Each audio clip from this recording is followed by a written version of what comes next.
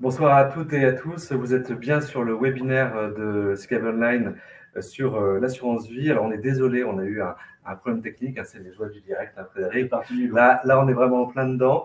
Donc, vraiment désolé pour ce retard. On va essayer de le combler, enfin, pas de le combler, de le rattraper pour pas qu'on finisse trop tard. Je me présente, je m'appelle Jean-Philippe Dubosc. Je suis le rédacteur en chef du média en ligne toutsurmesfinances.com et je suis accompagné de Frédéric Boeuf. Bonsoir Frédéric. Bonsoir Jean-Philippe. Vous êtes responsable de la gestion privée chez SICAV Online et ensemble, Frédéric, on va voir si ça vaut toujours le coup d'ouvrir un contrat d'assurance vie, d'alimenter son contrat d'assurance vie en dépit de cette forte hausse des prix à la consommation que nous subissons tous. Alors, avant de rentrer dans le vif du sujet et de vous poser des questions, Frédéric, sur le thème qui nous intéresse, juste pour vous expliquer très brièvement comment va se passer ce webinaire.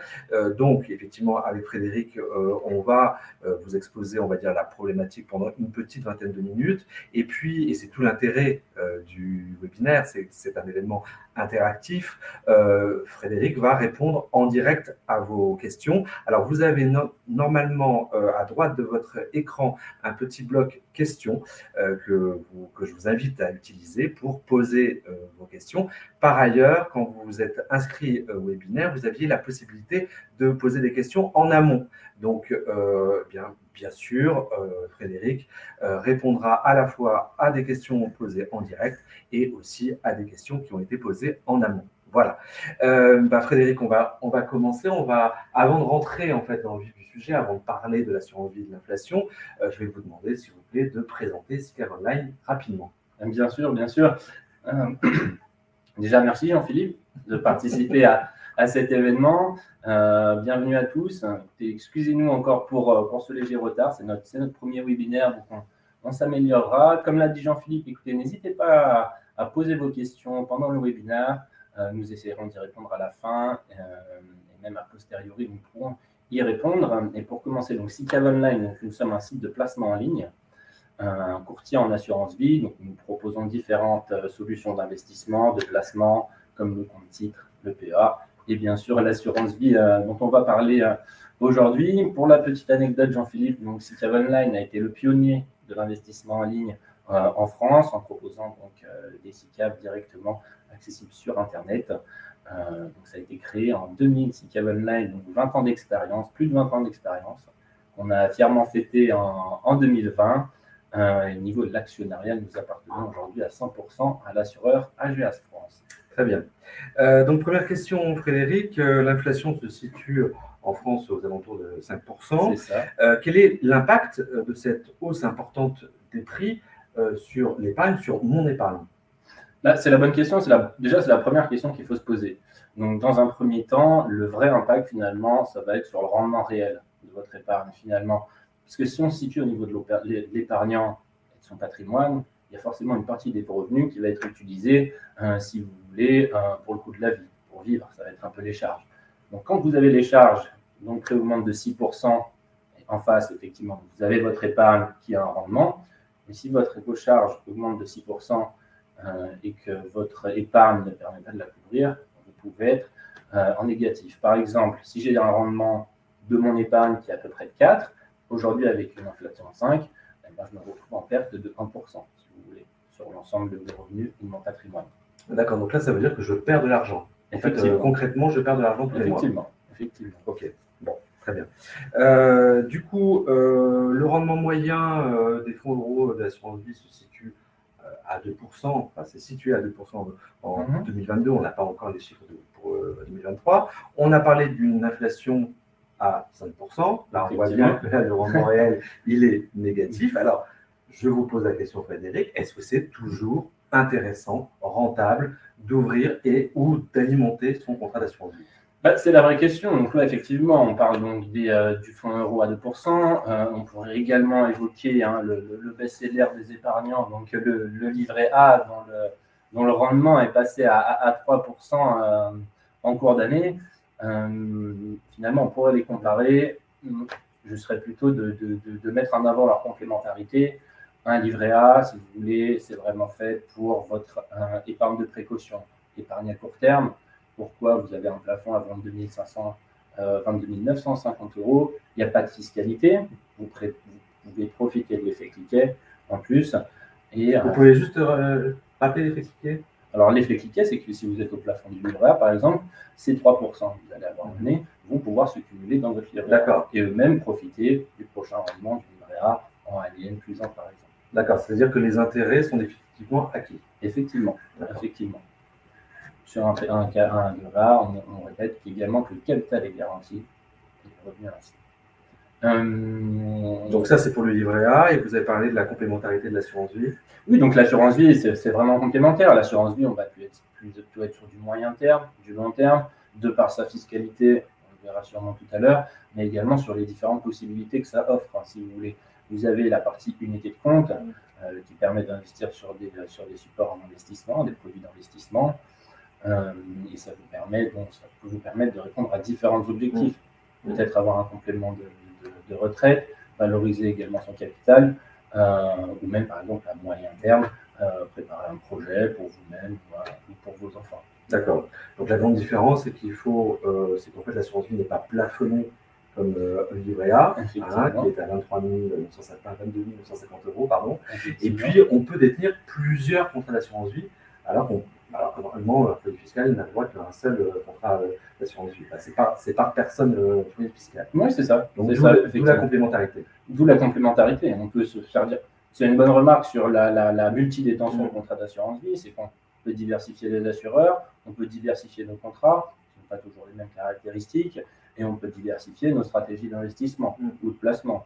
Sur chacun, peut-être un contrat d'assurance vie, on va dire plutôt défensif équilibré, peut-être pour un peu assurer le capital et préparer justement sa retraite, peut-être quelque chose d'un peu plus offensif pour aller essayer de chercher justement à valoriser le capital pour avoir une retraite importante à long terme. Ça peut être un conseil, ça, d'avoir presque, je dirais, un contrat par projet, c'est-à-dire pourquoi pas ouvrir un contrat pour le financement des études des enfants, un contrat pour l'acquisition de la résidence principale, un contrat pour la préparation de la retraite.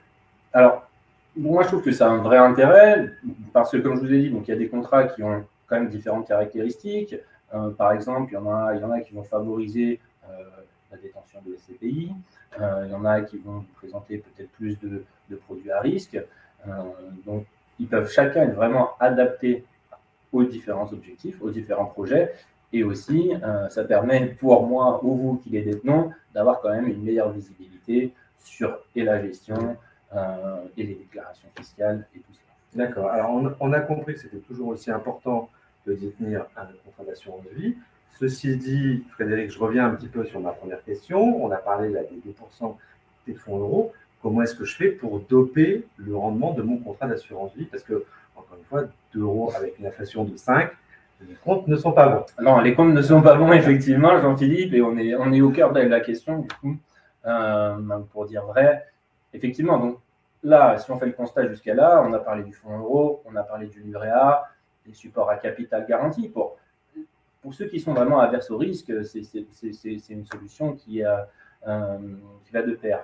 Mais oui, parce qu'il faut rappeler juste, je pense que les internautes le savent, mais ça vaut le coup peut-être de le rappeler, que le fonds euro est garanti. Ça veut dire que concrètement, on est sûr, quoi qu'il arrive, de retrouver sa mise, bien sûr amputé des éventuels retraits, bien sûr, mais voilà, on est sûr que quelle que soit l'évolution des marchés financiers, on est sûr de retrouver l'argent qu'on a mis dedans. Voilà, c'est bien de le rappeler, comme ça on va pouvoir diviser ce webinaire en deux. Donc, on vient de parler du livret A, du fonds euro, tous les deux un capital garanti qui sert, voilà, on a vu actuellement à peu près 2% pour le fonds euro, 3% pour l'inflation. Pour le livret A, excusez-moi, parce qu'on serait content avec une inflation à 3%. Donc, non, voilà, donc, si on voit ces supports, avantages sans risque, inconvénients, on n'arrive pas finalement à battre l'inflation actuellement. C'est ça. Donc voilà. On le rappelle, vous parliez des marchés financiers, on le rappelle pour la suite. On va plutôt maintenant donc, parler des unités de compte. On le rappelle tout de suite, donc les unités de compte, donc, il y a quand même un risque de perte en capital et ça dépend aussi beaucoup de la fluctuation des marchés, quels que soient les marchés, actions, obligataires, immobiliers. Voilà, ça, il faut l'avoir en tête. Donc ensuite, on voit qu'avec les supports sans risque, actuellement, on ne peut pas battre l'inflation. Comment battre l'inflation? Justement, l'assurance vie permet d'aller sur des unités de compte. Les unités de compte, il y en a plusieurs, de plusieurs types, il y a plusieurs classes d'actifs. Vous pouvez aller sur des SICAV, hein, donc on en distribue beaucoup comme on l'indique, effectivement. Aujourd'hui, vous avez beaucoup de choses dans une assurance vie. Vous pouvez faire des SCPI, donc voilà, on a un rendement moyen en 2022 qui est de 4,53. Donc c'est la pierre papier. Hein, c'est la pierre papier, voilà. La SCPI, c'est l'accès à l'immobilier de l'entreprise. Bureau, commerce, entrepôt, voilà. Avec un rendement moyen en 2022 de 4,53, donc on n'est pas encore à l'inflation, mais on s'en rapproche. Après, l'idée aussi, c'est vraiment d'annualiser le rendement de nos placements et de nos investissements pour essayer effectivement de battre aussi l'inflation chaque année. Vous pouvez avoir des ETF. Les ETF sont des trackers indiciels. Pour ceux qui ne savent pas, l'intérêt de l'ETF, c'est pour ceux peut-être qui n'ont pas forcément le temps ou de faire beaucoup de recherches ou qui veulent quelque chose de très lisible, de très compréhensible. L'ETF, si vous voulez, ça va traquer, donc ça va suivre les indices. En fait, c'est un fonds qui réplique exactement un indice boursier, un indice de matières premières, enfin, il y a plusieurs choses. Donc, par exemple, si j'ai un ETF 440, il va être composé exactement comme l'indice 440. Exactement. Du coup, il va évoluer de la même manière que le 440. C'est exactement ça, c'est bien répliqué, c'est bien résumé. C'est bien résumé, justement, c'est une stratégie de réplication. Ouais. Donc, on réplique à l'identique le 440. Donc, tout le monde comprend, c'est lisible, et puis il y a moins de frais. Et puis, il y a moins de frais, effectivement, parce que dans la gestion, si vous voulez, dans la construction du produit, sur une SICA, vous allez avoir un gestionnaire, vous allez avoir une équipe d'analystes financiers qui vont décortiquer les actions et les obligations sur lesquelles ils vont investir, et tout ça, il faut bien les payer, ces gens-là. C'est ce qu'ils font, les frais courants sur les OPCVM. Sur les ETF, comme c'est on va dire, une simple stratégie de réplication, il y a moins de frais pour faire fonctionner le truc. Vous avez des frais de gestion qui sont moins importants. Alors, on a parlé des actions, on a parlé de la pierre papier, on a parlé des ETF. Il y a les obligations aussi, il y a les fonds obligataires, si j'arrive à le dire, qui grâce justement à l'augmentation des taux d'intérêt, redeviennent intéressants. C'est ça, effectivement. Alors, on peut en parler aussi rapidement. Les taux d'intérêt, c'est un impact de l'inflation qui peut jouer sur l'épargnant. On en a parlé tout à l'heure, rapidement. Donc, après plus d'une décennie de taux bas, on va dire d'abondement d'argent peu cher dans l'économie, avec l'augmentation de l'inflation, les banques centrales ont décidé d'augmenter leurs taux. Pas plus tard qu'aujourd'hui. On a une annonce toute fraîche. Voilà. C'était la 8e hausse en 11 mois. Exactement. La 8e hausse en 11 mois, donc on le répète, des taux directeurs donc de la BCE qui gère la politique monétaire européenne, qui a augmenté ses taux d'aujourd'hui de plus 0,25 pour atteindre 4. Donc ça, c'est sur le rendement obligataire. Donc comme on l'a dit, c'est l'accès au crédit finalement est plus cher et plus compliqué.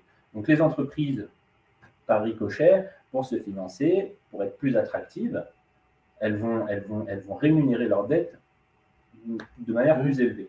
Donc c'est pour ça que depuis 6 mois, 1 an, on a vu des fonds obligataires ou des produits obligataires revenir sur le devant de la scène. Notamment sur, par exemple, des fonds à échéance, qui sont des fonds obligataires. Le fonds à échéance, pour faire simple, c'est que si vous avez une échéance 4 ans, le fonds achète des obligations à 0, les porte finalement jusqu'à l'échéance, et ensuite profite des coupons qui ont dernièrement augmenté.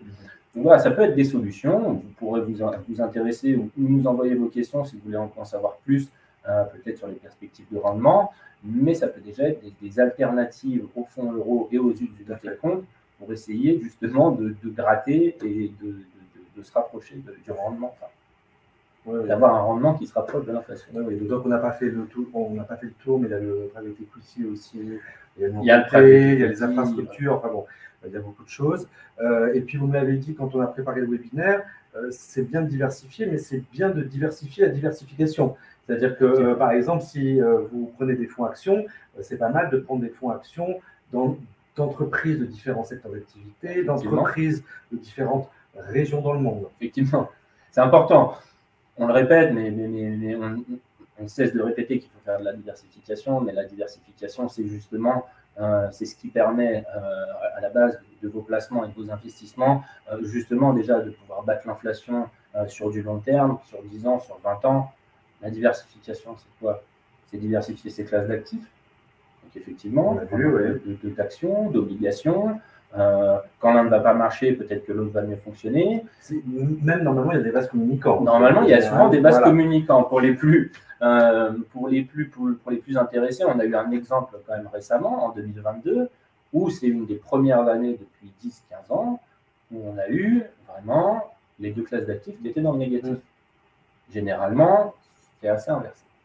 Donc voilà, c'est important de diversifier par exemple entre les deux, avec l'accompagner dans son gros immobilier, c'est tout l'intérêt justement de l'assurance vie. Et ensuite, à l'intérieur même, là c'est la granularité de la diversification. Par exemple, sur mes actions, voilà, ne pas me centrer sur un seul pays ou une seule zone. Une année, là, cette année, depuis le début de l'année, la France marche très bien. Peut-être que l'année prochaine, ce sera le contraire. Donc voilà, c'est intéressant. Diversifier les secteurs également. Il y en a qui vont profiter du contexte économique mieux que d'autres. Donc voilà, diversifier ça et diversifier également, on en parle assez souvent, les établissements dans lesquels vous déposez vos capitaux. D'accord. Alors, on a vu, Frédéric, qu'en diversifiant, en prenant aussi un petit peu plus de risques, eh bien, effectivement, on peut battre l'inflation, on peut doper le rendement de son contrat d'assurance vie. Mais alors, du coup, c'est bien parce que j'ai des gains, mais mes gains, ils sont fiscalisés comment? Ça, c'est toujours la bonne question quand on place notre argent. Bon, ça, c'est des bonnes questions. C'est que ça prouve qu'on a des gains déjà. Déjà, voilà, on peut commencer par là. Donc, ce qu'il faut bien savoir, c'est quand on parle de fiscalité dans l'assurance vie, c'est qu'elle intervient uniquement lorsqu'on souhaite retirer, donc sortir notre argent. Donc, c'est ce qu'on appelle les actes de rachat. Donc, ça peut être un rachat partiel ou un rachat total. Oui, juste, je me permets de vous couper. Encore une fois, vous n'êtes imposé que quand vous effectuez un rachat. C'est-à-dire que si vous ne faites pas de retrait, il n'y a pas d'impôt. C'est exactement ça. Et donc, on en parle aussi, on n'a pas parlé tout à l'heure, mais c'est un vrai avantage de l'assurance vie. L'assurance vie, ça fonctionne dans un vase clos. Vous faites vos opérations. Si vous trouvez que vous êtes trop investi, vous pouvez désinvestir. Vous pouvez sécuriser certaines plus-values. Mais tant que vous ne sortez pas cet argent de l'assurance vie, vous n'êtes pas fiscalisé. En fait, c'est ça l'intérêt. Donc la fiscalité, elle intervient à la sortie du contrat d'assurance vie et elle intervient uniquement, il faut le redire, sur les produits de votre contrat. Donc vos produits, c'est vos plus-values ou les revenus. Oui, c'est-à-dire que le capital, non. C'est-à-dire que les sommes que j'ai versées ne sont pas imposées, c'est les gains générés par les sommes placées qui sont imposés. Effectivement. C'est exactement ça. Et ensuite, l'histoire de la fiscalité sur l'assurance vie, je ne vais pas vous le dire, mais c'est un vrai... Il y aurait de quoi en faire des livres. Pour faire simple, vous trouverez beaucoup d'informations sur la fiscalité en assurance vie. Aujourd'hui, on va essayer de faire simple. Pas vous avez trop d'informations.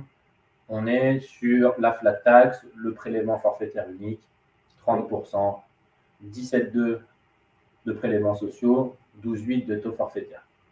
Ouais. En sachant qu'il y a des vrais avantages fiscaux à partir de 8 ans de détention, voilà. C'est-à-dire au-delà de 8 ans de l'ouverture du contrat. Vous pouvez nous les rappeler, les avantages? Donc, on appelle ça les avantages fiscaux pour... en fait, non, pardon, c'est l'antériorité fiscale. Sur l'antériorité fiscale. C'est important. C'est important en assurance vie. On se base pour la fiscalité sur l'année d'ouverture du contrat d'assurance vie. Donc, c'est pour ça que c'est un avantage. Ouvrir un contrat d'assurance vie, même avec des très petites sommes, ça vous permet d'antidater, si vous voulez, l'ouverture. Ensuite, la fiscalité étant basée là-dessus, c'est la tranche basse. Après 8 ans, si vous voulez, c'est vraiment après 8 ans qu'interviennent les avantages fiscaux. Avant 8 ans, retenez les 30%, ce sera très bien. Après 8 ans, donc c'est sur les 150 000 premiers euros versés sur le contrat, ces 150 000 euros qui auront détaché des plus-values ou des revenus, et ben ces produits, les plus-values ou les revenus, seront imposés au taux forfaitaire de 7,5%. Voilà, et en sachant qu'il y a des abattements qui font que si je suis célibataire, les 4 600 premiers euros de gains ne sont pas fiscalisés. Et alors, il y a des prélèvements sociaux, mais en tout cas, il n'y a pas d'impôt sur le revenu. Bien sûr. Et si je suis en couple marié ou pacsé, eh bien, les 9 200 premiers euros de gains par an, à chaque fois, c'est un traitement annuel, c'est important, eh bien, encore une fois, ne sont pas fiscalisés. Très bien. On a parlé des avantages fiscaux, pardon, il y a aussi des avantages successoraux dans l'assurance vie. Effectivement. ça reste un très bon véhicule également successoral, l'assurance vie. Alors, ce n'est pas totalement hors succession, hein, comme parfois on peut le Oui, parce que c'est en tout cas, c'est ce qu'on lit partout. Oui, que l'assurance vie est hors succession. Alors, pas totalement, hein, quand même, c'est pour ça qu'on le rappelle. Donc, pour la succession, ce qui est bien de rappeler, c'est la clause bénéficiaire dans un contrat d'assurance vie. Quand vous allez ouvrir votre contrat d'assurance vie, ou même en cours de vie, vous pourrez rédiger ou modifier votre clause bénéficiaire. Qu'est-ce qu'on fait dans cette clause bénéficiaire, Jean-Philippe? On désigne les bénéficiaires du contrat en cas de décès de l'assuré. Donc, c'est les personnes qui recevront les capitaux du contrat. Exactement. Quand je disparais. Voilà. L'avantage de la clause bénéficiaire, si on la compare à une succession classique, c'est que vous pouvez désigner n'importe qui. N'importe qui, c'est-à-dire pas forcément des personnes qui ont des liens de parenté directs. Et vous pouvez également, si vous voulez, décider de la répartition du capital. Ça, c'est important. Et donc, ces bénéficiaires, ensuite, en cas de décès de l'assuré, pour des capitaux jusqu'à 152 500 € de capitaux, ils sont totalement exonérés de droits de succession, donc totalement. Et ça, c'est chaque bénéficiaire. Voilà, c'est par bénéficiaire. Donc là, on parle déjà de montants qui sont importants, mais on peut se retrouver dans n'importe quel type de situation. Donc par bénéficiaire, c'est important de le dire. Au-delà, et jusqu'à 852 500, ça sera 20%, et au-delà, ce sera 31,25. Exactement. Voilà. Et puis, il y a une petite subtilité pour les primes versées à partir de 70 ans, il faut quand même le dire. Oui, voilà. Parce qu'on peut avoir des... Voilà, l'abattement tombe là à 30 500 €. 30 500 € d'abattement pour... Et là, il est commun à tous les bénéficiaires et le reste est soumis au droit de succession. Donc, en gros, il faut alimenter son contrat avant 70 ans. C'est ça. On a régulièrement, nous, des personnes qui, à 69 ans et 6 mois, viennent nous voir pour approvisionner le contrat. Donc, pour finir sur cette partie, vraiment sur la fiscalité et la succession, c'est que quand on les cumule, généralement, quand on détient un contrat d'assurance vie, qu'on est relativement jeune, quand j'entends jeune, hein, bien sûr, jusqu'à 60, 70 ans, hein, mais c'est quand on va le gérer, souvent on est obnubilé par la performance, en fait, par le rendement de son contrat d'assurance vie. Sauf que quand on cumule ces avantages avec, on vous le souhaite, un contrat bien géré des performances, et quand on cumule ces avantages fiscaux et ou de succession, finalement, ils ne sont pas négligeables, en fait. Et quand on les rapporte à la réelle plus-value qu'on aura engendrée, et si on les répartit, si vous voulez, annuellement sur l'ensemble de la vie du contrat, finalement, c'est des choses qui rentrent en compte, par exemple, comme une année comme celle-là, pour battre l'inflation. En fait. D'accord, donc ce que vous êtes en train de nous dire, et je trouve ça assez intéressant parce qu'on n'entend pas beaucoup, c'est que certes, il y a le rendement qui est toujours intéressant, bien sûr, c'est une valeur importante, mais il faut prendre en compte toutes les économies d'impôts, de droits de succession qu'on peut réaliser. Exactement. Voilà. Exactement. Okay. Votre contrat, il sera forcément un moment où racheté par vous-même, hein, si vous en avez besoin, ou malheureusement dénoué en cas de décès. Donc cette fiscalité et ces avantages, ils seront forcément appliqués à un moment ou une autre. Et quand on prend une plus-value, si vous voulez, on peut prendre d'un montant similaire entre une imposée à 30% et une autre à 24% ou peut-être moins, et bien finalement, les différences sont importantes. Parfait, c'est le mot de la fin.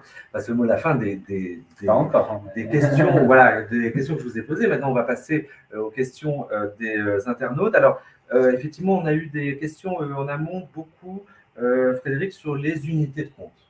Hein, alors, j'ai eu plusieurs questions sur quel support unité de compte se positionner pour battre l'inflation, quels sont les secteurs porteurs où il faut que j'investisse. Alors, il y avait un internaute qui nous avait demandé justement s'il fallait investir dans l'eau, dans l'intelligence artificielle, dans le solaire.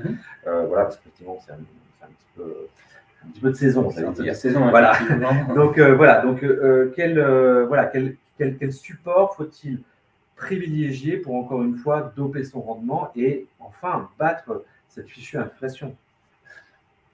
Comme on a déjà un peu introduit le sujet tout à l'heure, si vous voulez, en termes d'unité de compte, vous avez aujourd'hui, c'est l'avantage de ces 210, c'est que vous avez une diversité plutôt des unités de compte qui est assez grande.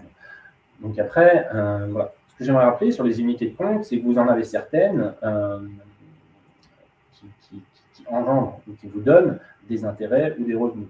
Donc, ce n'est pas négligeable. Vous avez, si vous voulez, la valeur intrinsèque de l'unité de compte qui peut varier, comme on l'a dit, selon les marchés financiers, à la hausse comme à la baisse, mais également certaines valeurs vont pouvoir vous décocher ou des coupons ou des dividendes ou des revenus. D'accord, oui, ce qu'on oublie souvent, excusez-moi, je vous coupe, oui, c'est par exemple pour les actions, on pense tout de suite aux plus-values, mais ça c'est quand effectivement on vend l'action, donc l'idée c'est bien sûr de la vendre plus cher qu'on l'a achetée, donc c'est la fameuse plus-value. Mais il y a aussi des entreprises qui distribuent des dividendes, donc une partie de leurs bénéfices aux actionnaires. Et donc ça rentre en fait dedans. Et ça rentre en compte, voilà. Et généralement, en termes de lisibilité également, c'est généralement les dividendes, vous les calculez annuellement. Les loyers d'une SCPI, le rendement s'évoque annuellement également. Vous avez même des SICAV qui ne sont pas en capitalisation, c'est-à-dire qu'ils ne capitalisent pas, par exemple, tous ces dividendes, mais qui les distribuent. Donc voilà, ça, c'est des typologies d'unités de compte qui peuvent permettre de battre l'inflation, selon leur rendement, ou s'en rapprocher dans un premier temps. Et ce qui permet en fait de ne pas s'en dégager. C'est-à-dire qu'en fait, on peut ne pas vendre et toucher quand même des gains. Et voir si on ne fait pas de retrait, c'est bien, ça cumule en fait. Effectivement, parce que voilà, elles sont, comme on parle souvent dans le coupon, mais elles sont détachées de la valeur d'une unité de compte et vous les percevez directement. Donc une fois qu'elles sont perçues, si vous voulez, vous pouvez également choisir de les récupérer ou de les réinvestir. Et c'est un point intéressant que vous soulevez, c'est que finalement, quand on dit battre l'inflation sur un titre qu'on ne vend pas, finalement, quand il n'est pas vendu, elle n'est pas forcément encore battue.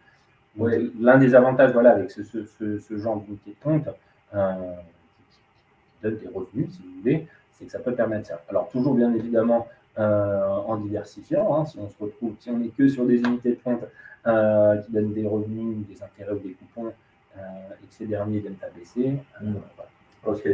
Alors, autre question aussi qu'on avait reçue en amont. Alors, quelles sont les performances de votre gestion depuis 1 an à ce jour? J'imagine que l'internaute a voulu parler du rendement en glissement annuel. Enfin, j'imagine que c'est ça qu'il a voulu dire. D'accord. Quelles sont les performances de votre gestion depuis 1 an à ce jour? Alors, ce que je peux vous communiquer dans un premier temps, ça va être les performances de notre gestion déléguée sur Compose. Donc, depuis le début de l'année, on a pas en glissant. Si c'est des informations que vous souhaitez, n'hésitez pas à revenir vers nous après le webinaire, on vous les communiquera. Oui, on indiquera et le numéro de téléphone de Frédéric et de son équipe ainsi que son mail. Donc effectivement, vous pourrez poser vos questions, rentrer en contact avec eux ensuite après le webinaire. Autre question aussi posée en amont. Bonjour, je souhaite savoir si les frais de gestion d'une assurance vie peuvent être négociés. Alors, les frais de gestion d'un contrat d'assurance vie ne peuvent pas être négociés. Aujourd'hui, ce n'est pas même une question de négocier quoi que ce soit, c'est que réglementairement, nous n'en avons pas le droit. Ce serait avantager un client plutôt qu'un autre. Donc ça, ce n'est pas négociable. Donc, ils sont fixes et ce sont les mêmes pour tout le monde. D'accord. Autre question aussi posée en amont, comment transformer mon ancienne assurance vie sur une plus moderne sans perdre l'avantage fiscal? Alors, j'imagine que l'avantage fiscal, c'était la fameuse antériorité fiscale. Oui, les fameux abattements, donc au-delà de 8 ans, les fameux abattements fiscaux, plus effectivement le prélèvement forfaitaire libératoire à 7,5%. Effectivement, ça a été un sujet depuis des années, le transfert justement des contrats d'assurance vie. On s'était retrouvé avec certains clients bloqués finalement sur leur ancien contrat. Aujourd'hui, donc avec la loi PAC de 2019, c'est maintenant possible. Il y a quand même certaines conditions qu'il faut respecter. C'est qu'un transfert d'assurance vie, ça se fait uniquement intra-compagnie. C'est-à-dire, vous pouvez, si vous détenez, vous pouvez contacter votre banque, ou le distributeur ou le courtier de votre contrat. Il faut que l'ancien contrat soit assuré par le même assureur. Donc, il faut y avoir un contrat X chez X vers un nouveau contrat X. Les avantages sur un transfert, ça permet quand même de pouvoir se positionner peut-être sur un contrat qui est plus moderne, finalement, avec peut-être plus d'unités de compte, des services en ligne, voilà. Avec un rendement plus élevé, parce qu'éventuellement avec un fonds euro, justement sur Internet, on en voit qui sont plus dynamiques, on va dire. Effectivement, vous avez des rendements sur le fonds euro qui sont souvent plus dynamiques sur les nouveaux contrats que sur les anciens, malheureusement. Et puis, effectivement, vous pouvez conserver l'historique et l'antériorité fiscale de votre contrat. L'antériorité fiscale, quand est-ce qu'il a été ouvert, mais également l'historique, des versements, des arbitrages, pour pouvoir récupérer, si vous voulez, toutes les informations du contrat. Alors, on a une question en direct d'un internaute, et effectivement, qui est très intéressante, comme toutes les questions, bien sûr. Bonsoir. Proposez-vous un taux boosté sur le fonds en euros? Merci. Est-ce que vous pouvez rappeler, effectivement, parce que c'est une pratique qui est apparue, alors quand effectivement les fonds euros, les rendements baissaient, on a inventé ces boosts. Est-ce que vous pouvez nous rappeler un petit peu le principe de ces boosts? Et puis, est-ce que vous, SICAV Online, vous proposez ces boost ou booster? Oui, ce qu'on appelle, non, ça se fait beaucoup depuis quelques mois. Effectivement, tout à l'heure, on parlait du rendement du fonds euro qui était quand même relativement faible depuis de nombreuses années avec la politique des taux bas. Le fonds euro, c'est pour ça qu'il y a des taux boostés, parce que ça reste quand même, c'est assez rassurant. C'est la partie à capital garanti, sans risque. Donc, effectivement, il y a des taux boostés qui se font sur le marché. Alors, nous n'en faisons pas, mais c'est un sujet qu'on évoque en interne. Donc, il faut voir sur la suite et peut-être les prochains mois. Et puis, après, les taux boostés, c'est toujours intéressant. Moi-même, je le conviens. Il faut quand même toujours regarder les conditions. C'est ça, parce qu'il y a toujours des conditions. Généralement, c'est vous devez investir une part de votre épargne en unité de compte. Voilà, effectivement. C'est un peu la balance. Donc, prendre des risques. Donc, voilà, s'exposer, comme on disait tout à l'heure, sur les évolutions, les fluctuations des marchés financiers et prendre du risque. Donc, les taux boostés, ça peut être intéressant puisque finalement, on booste la partie de garantie de votre capital. Il faut bien lire les conditions et voir si ça correspond à ses objectifs et à son objectif et à son profil de risque. En fait, d'une manière générale, maintenant, il faut faire le choix entre la sécurité ou la rentabilité, quoi. Avant, effectivement, c'était miraculeux, on avait les deux. Maintenant, le monde a changé. Et donc, soit vous avez la sécurité, mais ça ne va pas beaucoup vous rapporter, soit vous acceptez de prendre du risque et potentiellement, vous avez plus de performance. C'est ça, c'est l'idée. C'est un peu, finalement, l'idée globale du webinaire. On peut, sur nos placements sans risque à 2-3%, peut-être qu'on pourra voir les rendements de ces derniers évoluer à la hausse, mais c'est quand même à voir selon le contexte. Mais si on est vraiment averse au risque et on veut prendre zéro risque, on ne compensera pas l'inflation, on diminuera l'écart, mais au moins on sera tranquille dans un premier temps. Voilà. Et ensuite, pour essayer d'aller plus loin, plus haut, battre l'inflation, effectivement, il faudra quand même accepter un certain risque. Alors, le problème, c'est que je ne peux pas scroller, donc je ne peux pas voir les autres questions, et c'est bien dommage qui ont été posées en direct. Donc, si quelqu'un... alors on va... Voilà, merci, parce que moi, c'était un peu trop loin. Alors, bonsoir, quelles sont les caractéristiques d'un bon contrat d'assurance vie selon vous? Très bonne question, très bonne question. Alors, pour moi, quand on dit caractéristiques d'un contrat d'assurance vie, il y a deux choses. Il y a, on va dire, et j'invite tout le monde, quand on ouvre un contrat d'assurance vie, à lire les conditions générales de votre contrat d'assurance vie. Ça peut paraître fastidieux, peut-être 50 pages, mais c'est une vraie mine d'or. Vous aurez toutes les informations, que ce soit sur les unités de compte, sur la gestion du contrat, sur l'assureur. Et finalement, souvent, on parle d'assurance vie, l'enveloppe fiscale, la partie successorale, comme on l'a dit tout à l'heure. On a l'impression que l'enveloppe assurance vie, c'est toujours la même, mais finalement, en fonction de qui la distribue ou qui crée le contrat, là, le contrat aura différentes caractéristiques. Donc déjà, c'est ce qu'on disait tout à l'heure, peut-être que pour certaines stratégies d'investissement, un contrat sera plus adapté qu'un autre. Donc ça, des bonnes caractéristiques au niveau de la construction du contrat, c'est vraiment des caractéristiques qui collent à votre objectif et à ce que vous voulez faire du contrat. Si on parle ensuite des caractéristiques plutôt d'investissement, on l'a dit plusieurs fois, on en a parlé pendant, je vais le répéter, c'est d'être quand même... La diversification, ça vous évitera certaines mésaventures, souvent, donc c'est important. Des bonnes caractéristiques, c'est si vous le gérez tout seul, votre contrat, je pense, c'est d'investir sur des unités de compte que vous comprenez. Je pense que c'est important. voilà, de la lisibilité.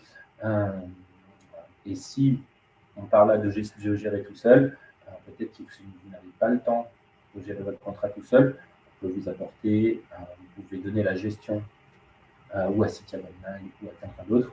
Mais voilà, l'idée, c'est qu'on peut vous aider, on peut gérer tout en bénéficiant des caractéristiques fiscales au terme. D'accord. Autre question posée en direct. Alors, on revient sur les ETF, mais de toute façon, c'est très à la mode. Quels sont les avantages des ETF, car on en parle partout, et proposez-vous des ETF dans les contrats que vous commercialisez? Ah, les ETF. Moi, j'aime beaucoup les ETF, Jean-Philippe. Donc, j'aime bien en parler. Non, les ETF, c'est, pour la petite info, c'est qu'en termes de capitalisation, les ETF ont déjà rattrapé ou vont dépasser les SICAV. Donc, voilà. L'ETF, c'est comme on l'a dit tout à l'heure, pour moi, c'est, notamment pour les épargnants qui investissent, c'est de la lisibilité. On comprend tout de suite sur quoi on va être investi. Aujourd'hui, dans la première question, un internaute nous parlait des thématiques, l'eau, l'intelligence artificielle, l'eau solaire. Aujourd'hui, même les ETF aussi se spécialisent sur les différentes thématiques. Donc aujourd'hui, on a des gammes d'ETF qui se complètent. On a des ETF sur des indices obligataires, des indices monétaires. Voilà. Donc les ETF, pour moi, c'est la lisibilité. On comprend très bien. Il n'y a pas, si vous voulez, il n'y a pas de hasard. Vous répliquez un indice, vous savez quel indice vous allez répliquer, et l'ETF va faire la même performance que l'indice. Donc, j'imagine que vous en commercialisez alors. Oui, forcément. Nous, on en commercialise sur l'ensemble de nos produits, donc sur nos comptes titres, sur nos PEA, et bien sûr, on parle du sujet d'aujourd'hui de l'assurance vie. Dans nos contrats d'assurance vie, plus d'une quarantaine sur Futuravis, plus d'une soixantaine sur Compose. Et comme nous, les ETF, ça nous intéresse, on a des vraies convictions par rapport à cela. On a choisi de travailler avec une fintech pour de la gestion pilotée 100% ETF. Et en plus, ESG. D'accord. Les plus impliqués dans la... Oui, puisque en fait, il y a des indices ESG. C'est ça. J'imagine que ça réplique ces fameux indices ESG. C'est ça, effectivement. Ok. Est-ce que vous pouvez scroller en bas aussi? Bien sûr. Voilà. Je suis désolé. Voilà, c'était. Alors moi, j'avais une question en amont, mais parce que c'est vrai que en fait, là, je l'ai sélectionnée parce qu'elle revient souvent. Est-ce que c'est vrai que l'assurance vie est bloquée pendant 8 ans? C'est vrai que c'est quelque chose qu'on entend beaucoup, que les gens pensent. Mais c'est parce que je pense que justement, ils confondent avec l'antériorité fiscale. C'est ça. Non, l'assurance vie, l'avantage, c'est que, comme on l'a dit, donc c'est déjà l'enveloppe de l'assurance vie, elle est faite justement pour être détenue sur du moyen long terme. Un contrat d'assurance vie, ça peut être détenu 20 ans, 30 ans, 10 ans. Voilà, il n'y a pas de limite. Il faut vraiment que ce soit adapté. Et justement, vous êtes investi longtemps également. L'investissement, on ne dit pas souvent, c'est pas le trading de tous les jours, c'est de la conservation, c'est de croire dans les valeurs dans lesquelles on investit, c'est du long terme finalement. Et voilà, plus votre contrat va avancer dans le temps, normalement, plus la fiscalité s'allégera et plus normalement plus l'unité de compte aura un rendement. D'accord, ok. Donc c'est le temps long en fait. C'est l'épargne longue. Voilà. Parfait, très bien. Et bien merci beaucoup. Là il est 20h, on va arrêter pour ce webinaire. Juste avant de couper, donc d'abord je vous remercie beaucoup. Merci Jean-Philippe. C'était très intéressant. C'était pour vous dire aussi, chers internautes, que dès que vous allez vous déconnecter, en fait, vous allez recevoir le replay, vous allez recevoir un mail avec un lien, et donc vous aurez l'enregistrement. Vous pourrez réécouter Frédéric et toutes ses explications fort intéressantes. Et puis par ailleurs, je vous l'ai dit, Frédéric et son équipe se mettent à votre disposition. Vous pouvez les contacter. Alors normalement, ça va être écrit également, mais vous pouvez les contacter donc au 01 73 60 03 45, 01 73 60 03 45. Et pour ce qui est du mail, c'est gestion.privé, bien sûr sans accent, @sicavonline.fr. Voilà, merci beaucoup. Désolé encore pour le petit bug du début. Et puis j'espère à bientôt. Merci, très très bonne soirée à vous. Merci à tous, bonne soirée. Au revoir, très très bonne soirée.